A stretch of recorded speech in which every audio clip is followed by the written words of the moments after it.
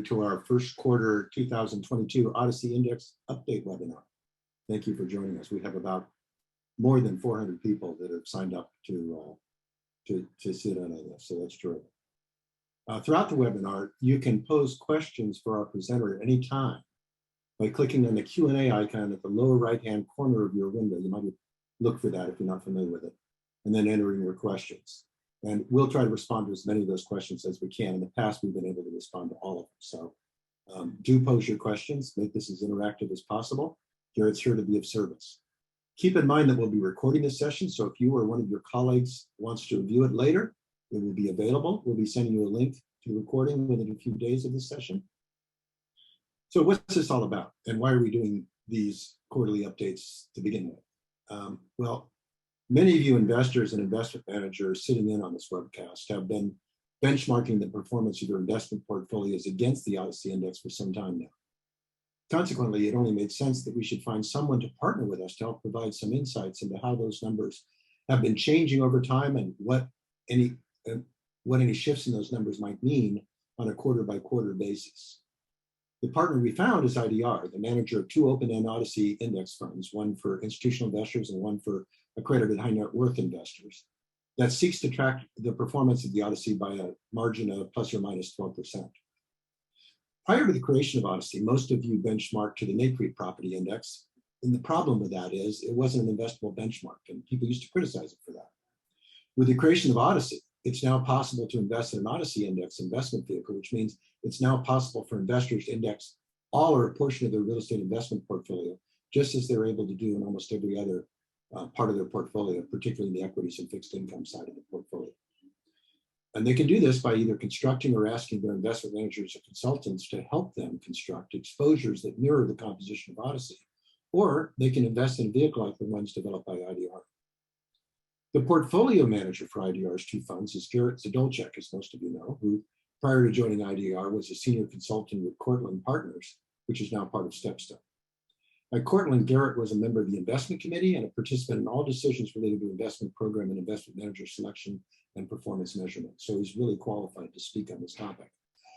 Also, as the portfolio manager of an ODCE fund, it's all that he focuses on. So there's probably nobody better qualified to talk about what's going on in the ODCE indices than Garrett. And Garrett has been and continues to be our presenter for these quarterly updates. So Garrett, the floor is yours. Hi, Jeff. Thanks for having me as always. Looking forward to jumping into first quarter here. I'm going to share my screen and we'll kind of jump into the review. You know, each quarter, try to come up with a short, quick title to kind of talk about what's coming up or what we're thinking. And it's really hasn't even been 2 years and we're back to probably being more uncertain than ever. So it kind of just went back to our updated in uncertain times. I think it's how we started these presentations with COVID. So we're back there in a relatively short period of time. Obviously the Fed is coming out with their statement here at 2 p.m. So we'll certainly make sure we wrap this up before the Fed comes on, who's now thinking, higher interest rate hikes, as we've been even more surprised, I think, with inflation than before. So we'll spend some time talking about real estate, certainly, and its role with inflation and where we're at today. So with that, I'll jump right into the kind of agenda here. As always, we'll give a market update on ODCE, and talk about returns, what it means going forward. We'll also spend some more time looking at real estate compared to the other asset classes, how it's positioned today, and talking a little bit more about what it means in these inflationary markets. Then we'll jump into the fundamentals. What's driving these returns now, certainly with high returns out of ODCE, to over 27% over the trailing 1 year. What that means going forward. And then finally, we'll wrap it up as always with capital flows, both at the asset level, what are being bought and sold today, what scale, and then also what kind of cues we're seeing. I have to say we're spending more time than ever with various CIOs and real estate teams discussing kind of what's next for real estate. So hope to spend a bunch of time talking about that in context with ODCE today. So for the market update, the top line numbers, asset level up a little bit, occupancy up a little bit. These are trailing 1 year returns or trailing 1 year data. So what's happened over the past year. One fund in the past year was added, as we talked about before. And then actually going forward, this number will go back to 26 next quarter as one fund left the index starting in April 1. So small fund, small percentage of ODCE, but this number will slightly change going forward.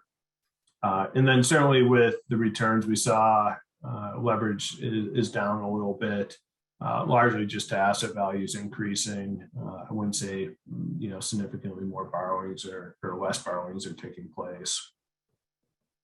In terms of property type, I think it's a consistent story, although industrial has even overtaken apartments now, pushing close to 30% of the index. That's year over year. It's up over 7%. Apartments are up about 1.5 points. And then I think on the other side, office is down almost 7%. And retail is down about 3.5%. So, the market in the index continues to rebalance and reallocate, capital efficiently.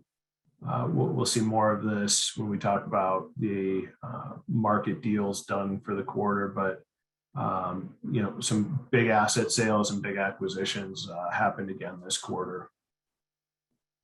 From a geographic diversification perspective, West continues to lead. Kind of the West is best saying, seeing higher income, seeing higher growth, especially as you think about industrial and the Inland Empire. Those kind of areas attracting significant buying opportunities. The East is down a bit, and then certainly the growth markets in the South are up a little bit as well. So smaller changes, but I still think pretty meaningful changes in how portfolios are being constructed going forward. In terms of property types, I think it's worth looking at this some more. And again, you can see the continued transition from office going down below 25%, and retail pushing towards the 10% number. While the growth sectors of industrial and apartment continue to grow. For the first time, I'd say starting to hear some questions about industrial and what is the right allocation there. Certainly some groups are significantly overweight there. But as we get into the later innings, how does that react? So we'll talk more about that as we go, but I think in terms of performance, kind of wanted to look at now and in the future. So the blue bars are quarterly ODCE performance, 1 year net total return, and then the line is the 5-year net total return. So historically, what's that look like? On a longer term basis. And you can see the 1 year is on the far right is significantly above average, 27%. I think second quarter here will actually see the peak on a trailing 1 year basis. So even slightly higher 1 year historical numbers above 27% once we see the final 2Q numbers. But the 5 year is actually fairly close to long-term average, just slightly above, and it's really a function of kind of missing a number of periods of return through COVID. So kind of a lost year and a half. And when you think about kind of expected 7 to 8 net returns over a market cycle, what's that mean? We saw the big recovery certainly not expecting those types of returns going forward, but we'll talk more about how I think these returns could look. I mentioned kind of asset class in real estate. Real estate's really kind of private real estate has, I think, done its job here so far in the first part of this cycle. It's been non-correlated, certainly from a return perspective. Income, has been maintained and growing, and really kind of one of the few sectors that's held up in an inflationary environment so far. You can see, and this is through 1Q. Obviously, we've seen a lot more impact in performance here in the last, even few days. But through the first quarter, you can see the public markets are down, about 5-6% so far. So kind of coming back to NCREIF ODCE and what does a kind of historically high return mean? We went back and started looking at cycles where ODCE peaked. So the last 3 cycles, we kind of looked at what does it mean when we see historically high ODCE returns. And one, you kind of notice in each of these cycles, they were in the mid-teens to low 20s. And now today we're about 27%. So highest peak we've seen so far, but also probably coming off one of the lowest returns cycles we've seen. When this happens, we looked at the 3-year forward return, and in 2 of the 3 cycles, private real estate was actually the best performing sector. You can see here average returns anywhere from 11% to 5.5%. But even that mid-tier and fourth quarter of 2005, that 5.7% return was pretty attractive when you think about the other asset classes. So I don't think you necessarily just see a flat drop off in return when you do hit a peak. We certainly expect returns to come down and moderate, and there's certainly going to be some capital market challenges with the markets, rates going up, and that will clearly create, I think, some value declines from a capital market perspective. The other side of the coin, though, is we continue to see really strong fundamentals, rental rates, leasing. And so, as we look at kind of the future, it's really and we'll talk more about this, it's more capital markets fighting with fundamentals today and which one will prevail in a way. Whereas kind of over the last year or two, it's been a little more of a both rowing in the same direction to create those high returns. From a public markets perspective, I was curious how we look as we sit today compared to the COVID kind of downturn in 1Q of 2020. So REITs were off about 23% in the first quarter of 2020.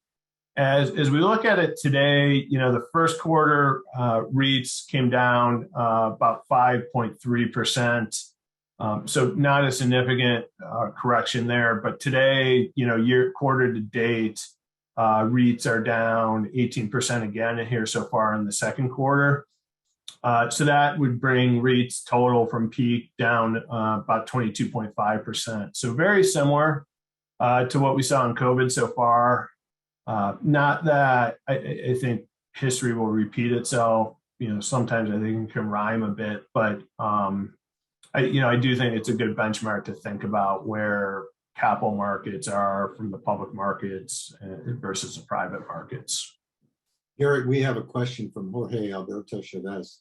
He says, what are your thoughts in terms of cap rates and its relationship with the high levels of inflation we're experiencing? Yeah, so, I think that's a great question. And I think, so one, I'm going to touch on cap rates and where they are today in a couple of slides. So great preamble to that. I think, again, it's, interest rates going up, which generally means cap rates are going up. At the same time, we have growth in certain sectors, certainly much stronger than others. So that will offset some of those cap rate movements. And that's, in my mind, the biggest question is how much cap rate movement do you have relative to market fundamentals and that cash flow going forward, especially when you think about replacement costs today and the rising, certainly, inflation growing to an extent, that makes assets more difficult, more expensive to build in the future. And so how do you price, that asset today when it could cost twice as much to build, in the future?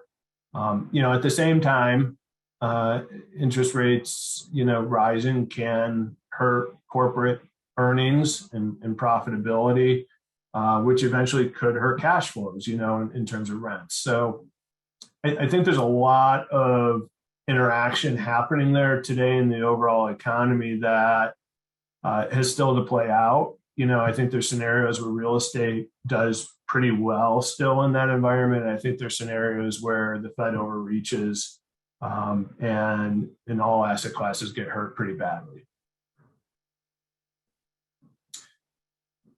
So, and we'll touch on cap rates a little more and where we are today on that. But from a market performance perspective, you've seen this chart with me before, but this is looking at, the line is showing the best performing property type versus the worst performing property type in any given period. Today, that continues to find new standard deviation highs. So, performance, and it's really performance of industrial versus office today. Industrial is significantly higher in a trailing 1 year period than office. But that's leading to a lot of volatility. So, when you say private real estate, that means a lot of different things depending on what you own and where you're invested. And it can lead to widely different outcomes. I would say, it also, you can't just say sectors anymore. You just can't say industrial, retail, or office or apartments, because those can lead to widely different outcomes and returns. So, there's a lot of specialty today that I think you really have to dig down into the assets and the types of assets specifically to kind of understand what the outcomes could be there. And then, so from an actual performance viewpoint over the last year, so this is unlevered value change. So this is before fee, leverage, or income. You can see industrial appreciated by almost 50% last year. At the same time, office is appreciated by 1.5%. At the end here, we'll delve into more of that office, because I think a lot of people even say that's too high. But I think there's some reasons for that, and we'll touch on it briefly. Is, again, this decoupling of return from industrial to office, and then even within office or retail or apartments, very different returns based on the asset quality, type, location, et cetera. And what property types comprise the other category? Yeah, so it's pretty broad today, but the biggest sector by far is self-storage. There's one or two hotels, I think, left in the index. So that hotel has been consolidated into other.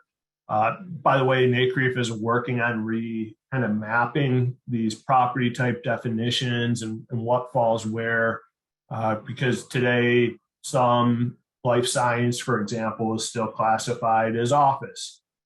So, those life science returns are going to be dramatically different than, a traditional Manhattan office building. But, within other, there's certainly single family for rent, but some of that's in the apartment as well. Medical office, student housing, still a small percentage overall of the index, less than 10%, but growing, and we think that will continue to grow and also grow, once the remapping kind of takes place after those are agreed to. And here's a question from Linda Cullen. She says, how do we think about this vis-a-vis property types and if these are overvalued? From the Q1 NFI Index press release, quote, the average market value weighted cap rate over the history of the NPI is 6.59%, which implies a PE ratio of 15.18. The PE ratio for the S&P 500 as of April 25 is 21.33 compared to the end of quarter NPI PE of 26.95. Yeah, so, I think, Linda, I think that's an interesting question. I don't think about PE ratios too heavily. I think about yields and cash flows personally, but I think it's the same point where, actually, we'll kind of jump into it here. If we think about cap rates and yields on these next two pages, but I was curious, you look at the 1 year and 3 year cap rate change by property type. So I think this is getting to your point a little bit. Industrial, has gone. The cap rates have compressed by 140 basis points. Industrial is now the lowest cap rate sector. And by a decent margin, even compared to apartments. So, you think about those going in yields, and then it's really what is the growth going forward? And so I think the market is pricing in a lot of growth in industrial right now. On the flip side, and remember, this is even a 1 and 3 year, retail is slightly up, but if you even went back to a 5 year, it'd be up much more, on top of coupled with declining NOI or declining growth. So, from a relative value perspective, there's no real high expectation in terms of retail NOI growth. So I think it's a tough decision right now. And I think, we may be seeing a bit of a market roll, or, the cycle's changing a little bit, and, makes you wonder how heavily overweight industrial you want to be anymore going forward. At the same time, the growth is still there. It's still being priced in. So the next chart is actually, contribution of NOI growth by property type. This is looking at, and so this is year over year, remember? So trailing 12-month change. You see the purple is pretty heavy there through COVID, obviously. In the cycle, along with apartments, and I've showed this a different way in the past, but pretty surprising how hard apartments cycled. But at the same time, on the other end, going forward, you look at first quarter on the far right there, you can see the heavy purple recovery in retail. Industrial continues to form well. It never saw a decline through COVID. In fact, it remained, pretty robust growth. Ironically, I think the other interesting thing is office never saw a negative period here through COVID. As much as we talk about office and its weakness, the longer term rents, I think, did, really offset some of that negative NOI growth in other sectors for us through COVID. Now, as these leases roll over the next, 3 to 5 years, that's another discussion. But I think it does show there's a place for staggered rents and staggered terms on your rents. And then, I think just lastly, kind of coming back to apartment, the city centers and the high-rise apartments especially saw some really sharp value declines or rental declines in occupancy. But those are coming back pretty strong as the, sectors build. Now, you've been addressing this, Garrett, but an anonymous attendee asked, are those valuation gains mainly driven from compression of cap rates, or is it ERV growth?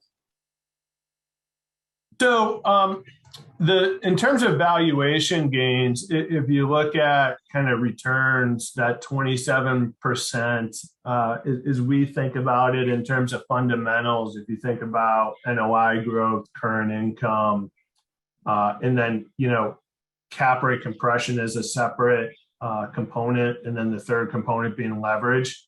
They're really about 50-50 fundamentals in cap rate compression over the last year that drove that 27% return. So, half growth, half, cap rate compression, and then, about 500 basis points of leverage, gain there. So, all in all, that gets you right around that 27% return. And then there's a question from John Lee. He says, question about single family rentals within apartment. Single family rentals seem to be exploding across the country. Is it sustainable? Rents seem extremely high as more inventory keeps coming online. And he added, institutional investors may be adding to the affordability problem by their feeding frenzy around this asset class, subclass. Yeah, I think it's all true in a big question. I think the challenge with SFR, single family rental, is there's so many different models. And so again, kind of talking about the sector as a whole doesn't really, get you there. We are seeing a number of ODCE funds, I think, doing it in a very sustainable way. They're building SFR communities. So, they're not taking from stock. They're, adding to stock and to the housing. Overall, there is a housing shortage in the U.S. There's also a housing affordability issue in the U.S. So, there's two things that are distinctly different. If you're just buying homes, I think, against, the mom and pops that are just trying to find an affordable house, yeah, I think there's absolutely a case. You're adding to the issue. If you're creating new stock and doing it in an affordable manner, depending on locations, there's a lot of definitions to that. I think it can be helpful too. I would also argue, though, some of these high-priced markets where SFRs are being bought are to create a rental opportunity that otherwise just doesn't exist, period. So I think it's a really complex question, but I think there's a role for it in the sector. I think we need to see a lot more history to say how big of a role it should play and how stable of a role it will be in core. But I do think, we'll continue to see that grow and more time spent on making it, kind of achieve some overall objectives for the institutions and their constituents. And your colleague at IDR, Brian Thomas, responded in writing to John's question. And he said, this SFR or single family rental strategies in the ODCE Index are strictly build-to-rent or purpose-built rental homes. ODCE funds are not displacing existing home buyers, which is more of an opportunistic private equity strategy. I just thought that might be an interesting. Yeah, exactly. Okay.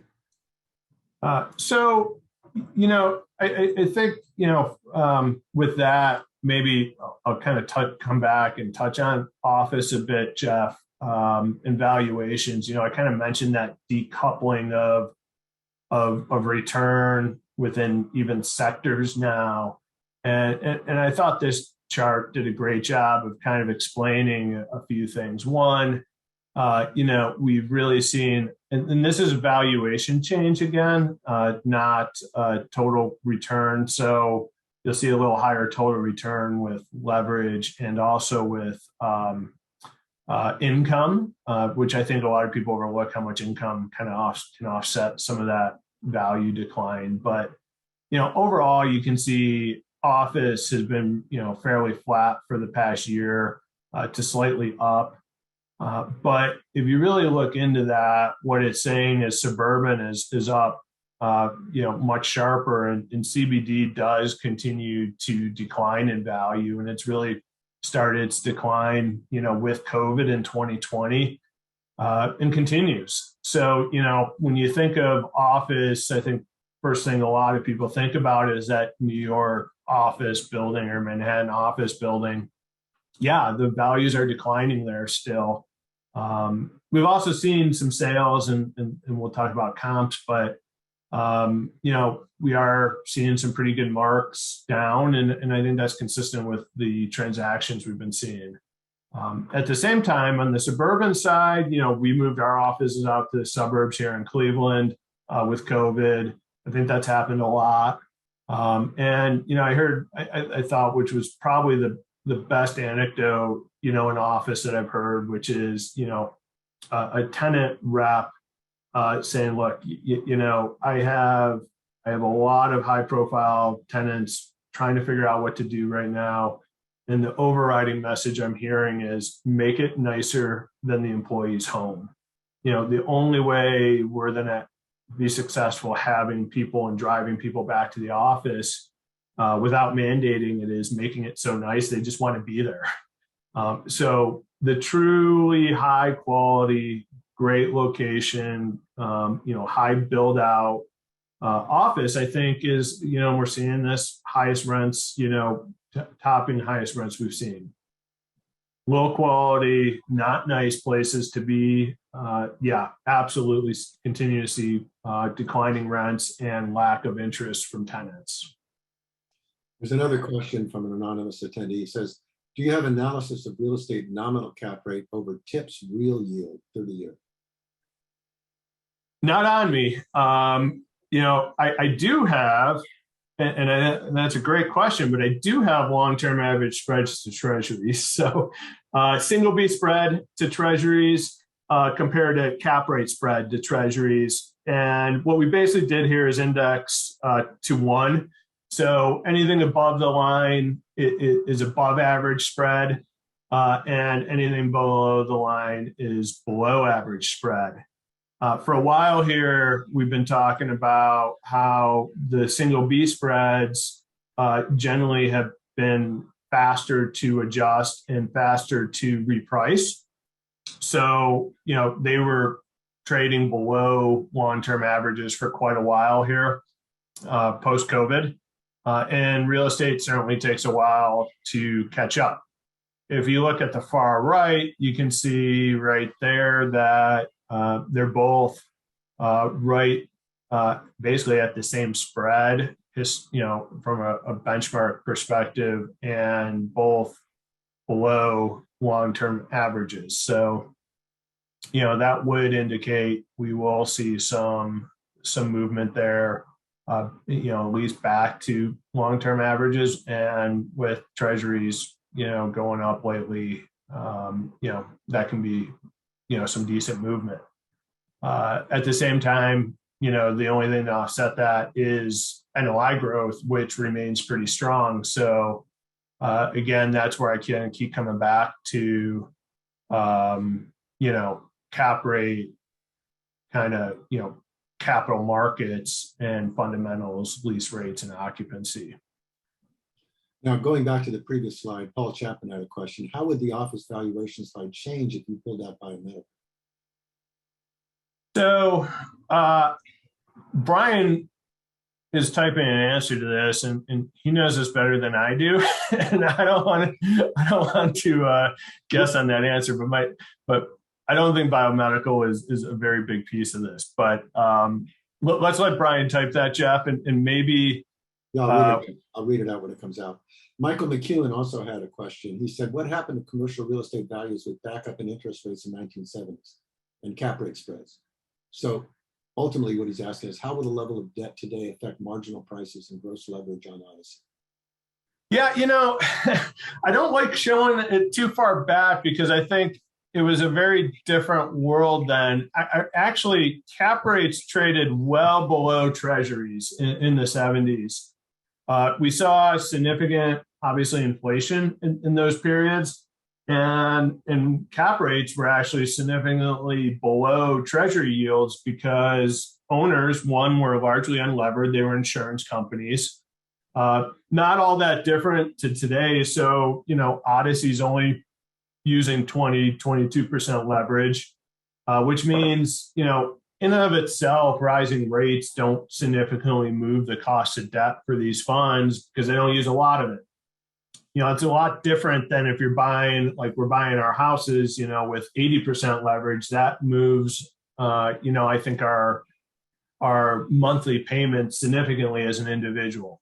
It's really not the case here. But what you can't ignore is, not everyone is a 20% levered buyer. There are a lot of levered buyers out there, and they do affect pricing, of the assets overall. What I would say, though, is we are seeing a number of underlying funds, and ODCE funds in particular, use the fact that they're not as sensitive to interest rates and to interest, spreads to their advantage. So, they are not kind of buying assets at a negative cash flow position, especially, assets with some growth built in, whereas the levered buyers can't do that anymore. So that is, one, I think, slightly bright spot, in terms of cash flows will not be significantly affected by rising rates. Not to mention the fact that most of the funds, are probably 75% plus fixed rate at this point. So here's Brian Thomas's answer to Paul Chapman's question about how the office valuation slide would change if you pulled up biomedical. He says, although life science assets have definitely outperformed the broader office market, they do not comprise a significant enough amount of the index to move the needle. So that's the answer. So, with that, I thought Jeff, maybe we'll transition here a bit to the capital flows and kind of what we're seeing from high level all the way down to the asset level here. So, I've shown this in the past, and I show this every quarter. Net investor cash flows were positive again for the quarter. Seeing more contributions and distributions, and from this is real time. So this is actually just all cash flows that happened in the quarter. It does not include Qs that are not drawn or paid out. So this is like real time. Investors, either funds drawing investors' capital or sending them back capital or paying dividends. And you can see, pretty robust $7+ billion on the upside, and actually close to $6.5 billion on the return of capital side as well. From an ODCE acquisition and disposition standpoint, we've certainly seen acquisitions come off the highs of the fourth quarter. 1Q tends to be a pretty slow quarter overall anyways. And then dispositions really kind of match those acquisitions, slightly lower, but about $6 billion in dispositions this quarter. So, pretty robust deal flow on both sides. And, really, I think what drove some of that, property type weighting changes as well. From a transaction standpoint, those dispositions, we saw about $2.2 billion of office, $2.1 billion of retail, and a significant retail transaction as part of that, a portfolio of grocery anchored. A little less than $1 billion of apartments, and very little industrial, as you would expect, only about $300 million. The office dispositions also included several large transactions that sold slightly below 4Q value, or right around their mark. So we felt like the marks were pretty close, which I think is real time knowledge. But from a kind of valuation standpoint, they were kind of about 10% below their peak values on average. So, certainly did see some write downs in those office assets from their peak values. The apartments, I think the last point on apartments is the dispositions included several high-rise apartment assets that sold up to 7% above their carrying values. So, saw some pretty robust growth from apartments as well. On the acquisition side, again, as you'd expect, apartments, about $2.5 billion of apartment acquisitions, followed by other, $2 billion of other, and then industrial at just below $2 billion. So, really, I think ramping up some of that other exposure, whether it be life science, kind of completing some developments or whatnot. And then the apartments were largely located in the South and West, in those growth markets. So, heavy focus there, driving again that West exposure. So last part of here is queues. You can see entrance queues are far about double, more than double redemption queues today. And this is benchmarked to COVID, so change since COVID. And I would say we are seeing a fair amount of draw on these queues for entrance queues as we speak. So I would expect some entrance queues to go down going forward. And, with certainly some probably denominator effect, given the public markets, I would expect to probably see some, growing redemption queues here in the near term. But I wouldn't expect significant changes, at least in the near term. With that, there's one other question, Garrett, and that is, would you buy any of these sectors today at these valuations? Yeah, I'd buy them all. Look, I don't have a crystal ball on what sectors going to be better, to be honest, but I would own real estate today. I think about inflation. I think about current income, and if those were my goals, I would own some real estate. I'd own some hard assets. I think, when you look at the market and an institutional investor can't hold cash long. Do I want to own bonds? No. I think that's the last place I want to be.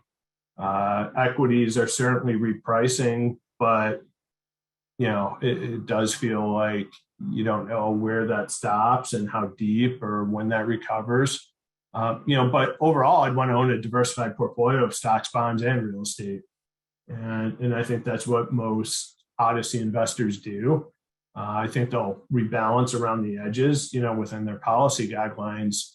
But I also would not want to be buying probably value or opportunistic deals today, until I saw some price corrections. All righty. I'd like to thank Sandy Terranova, our Vice President of Marketing and partner in the firm, and her team, including Michelle Robb, who does a lot of the back office orchestrations to make this come off smoothly, for putting the audience together and then making everything flow smoothly. Garrett, I'd like to thank you and Brian and the rest of your team for all the research that you did, all the analysis that you bring to this, and your insights, because I think it's really helpful to all of us to understand what's going on behind the scenes with NCREIF. And then I'd like to thank the audience members who post questions. Audience engagement is always important to these things. It's one of the measures of whether we're on track or not. And we really appreciate you posing questions and being participants in this whole program. We'll do another one in another quarter. So we'll look at second quarter in 3 more months, and looking forward to seeing you all again when we're ready to stage that particular event. Thanks, Garrett. Thanks, Jeff. Great being here. Thanks again, and look forward to seeing you in 3 months. You betcha. Take care. Thanks, you too. Bye, everybody. Have a great day.